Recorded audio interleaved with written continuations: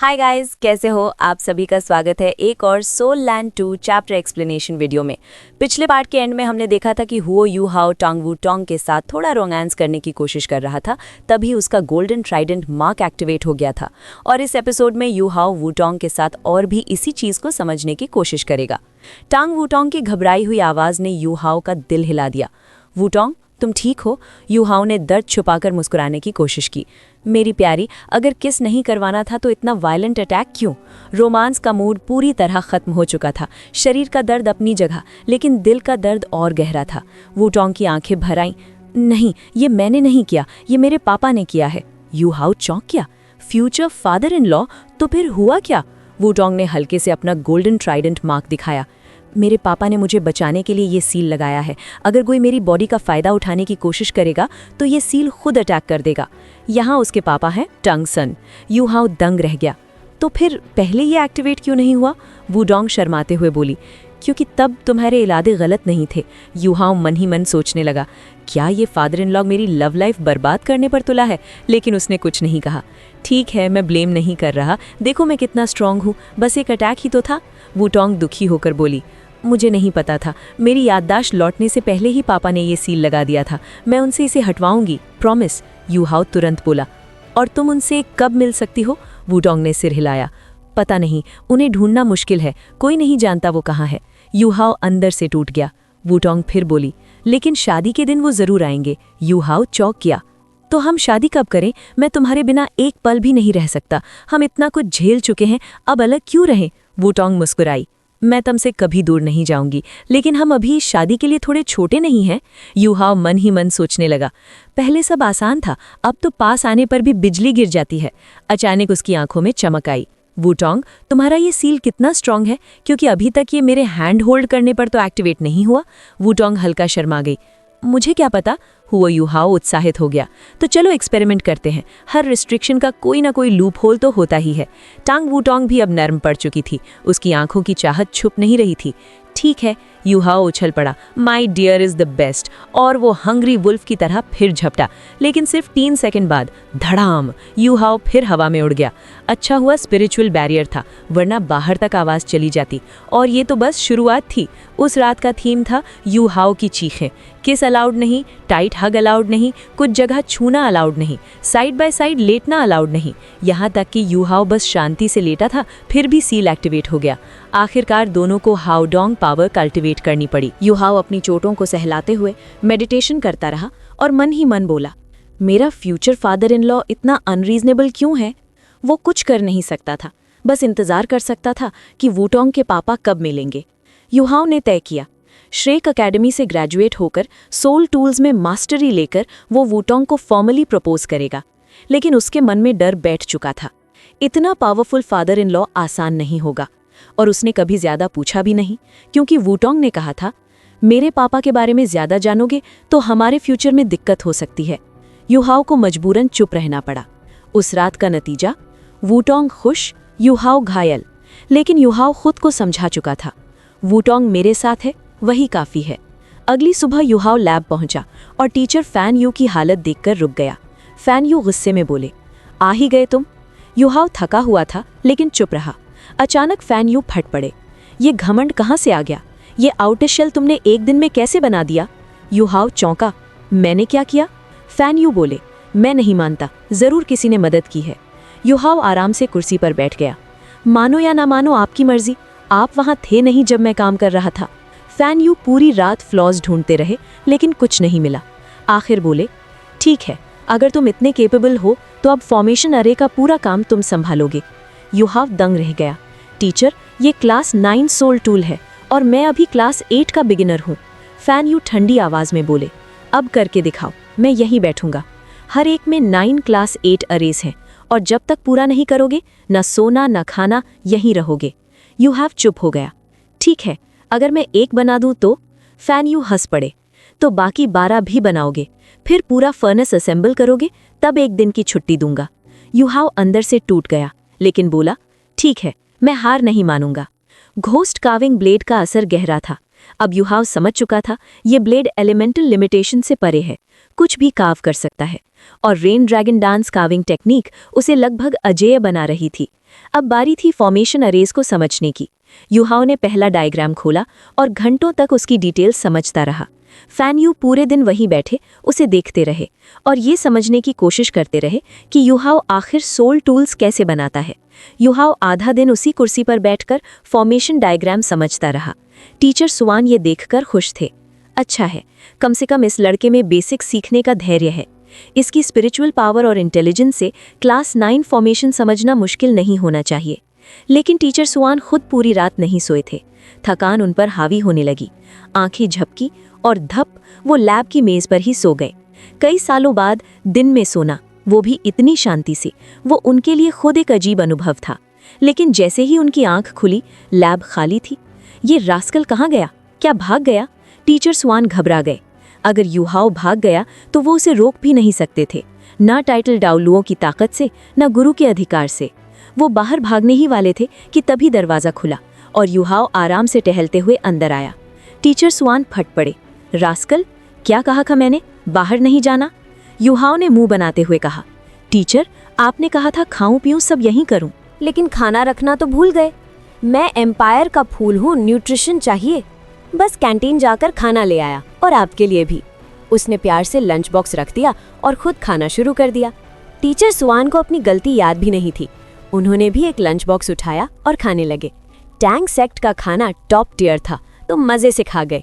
खाना खत्म करके उन्होंने प्लेटें भी खुद साफ की, पूरी मर्दानगी के साथ। फिर पूछा, अच्छा ब्लूप्रिंट देखा, कुछ समझ आया?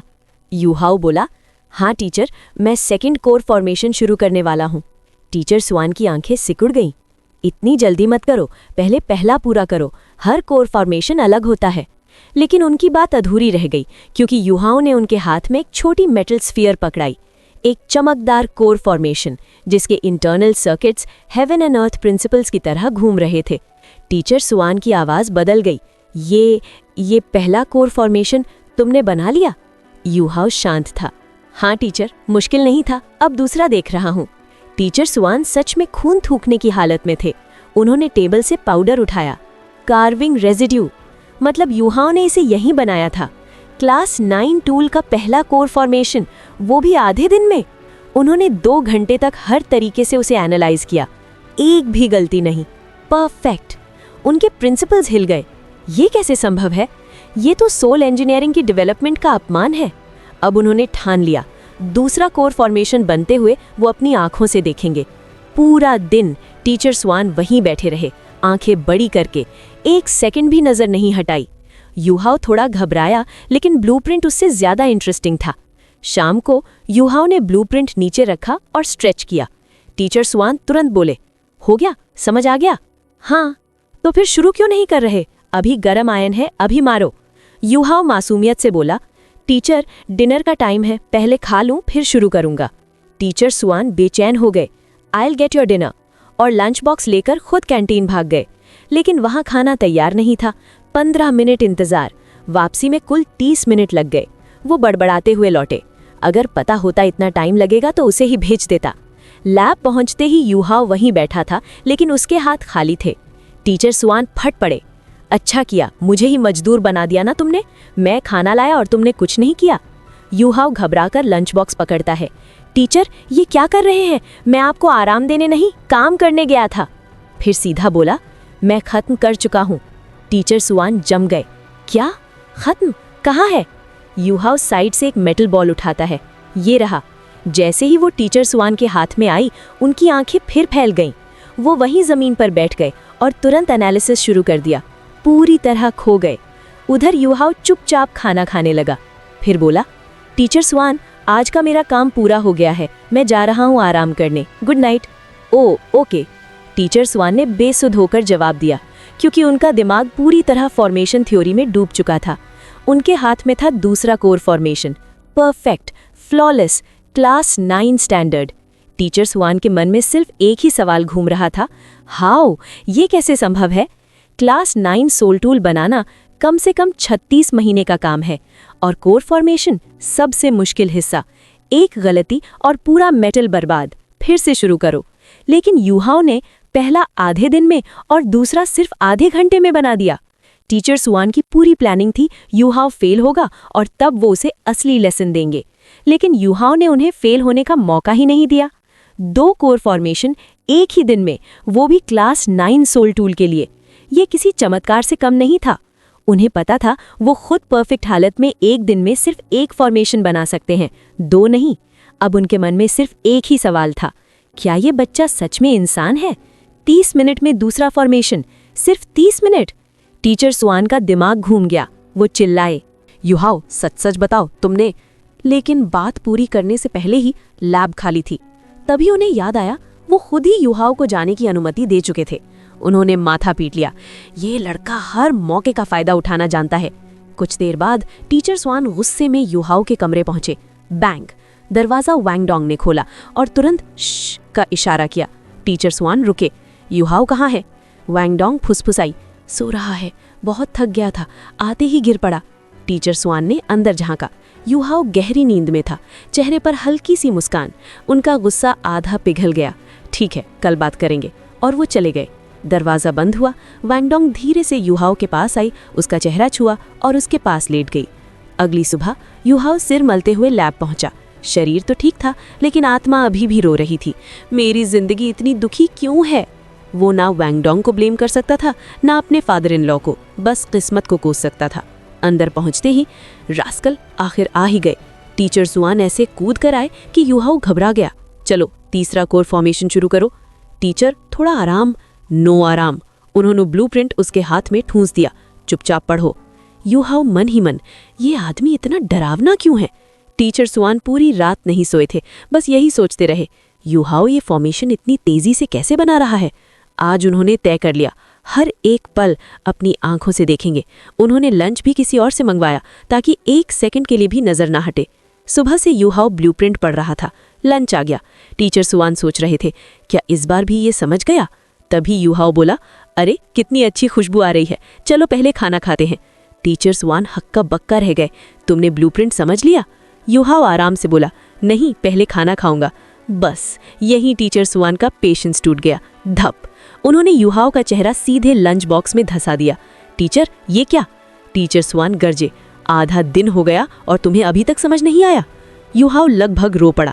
ये क्लास 9 ब्लूप्रिंट है, मैं अभी क्लास 8 सोल इंजीनियर हूँ। क्या मैं आधे दिन में समझने का दावा कर दूँ?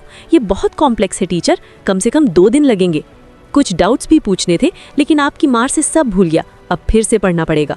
टीचर सुआन का चेहरा नीला, फिर पर्पल और आखिर में दोनों चुपचाप बैठकर खाना खाने लगे। यूहाओ मन ही मन, क्या ये गुस्सा खाकर शांत होता है क्या? खाना खत्म हुआ।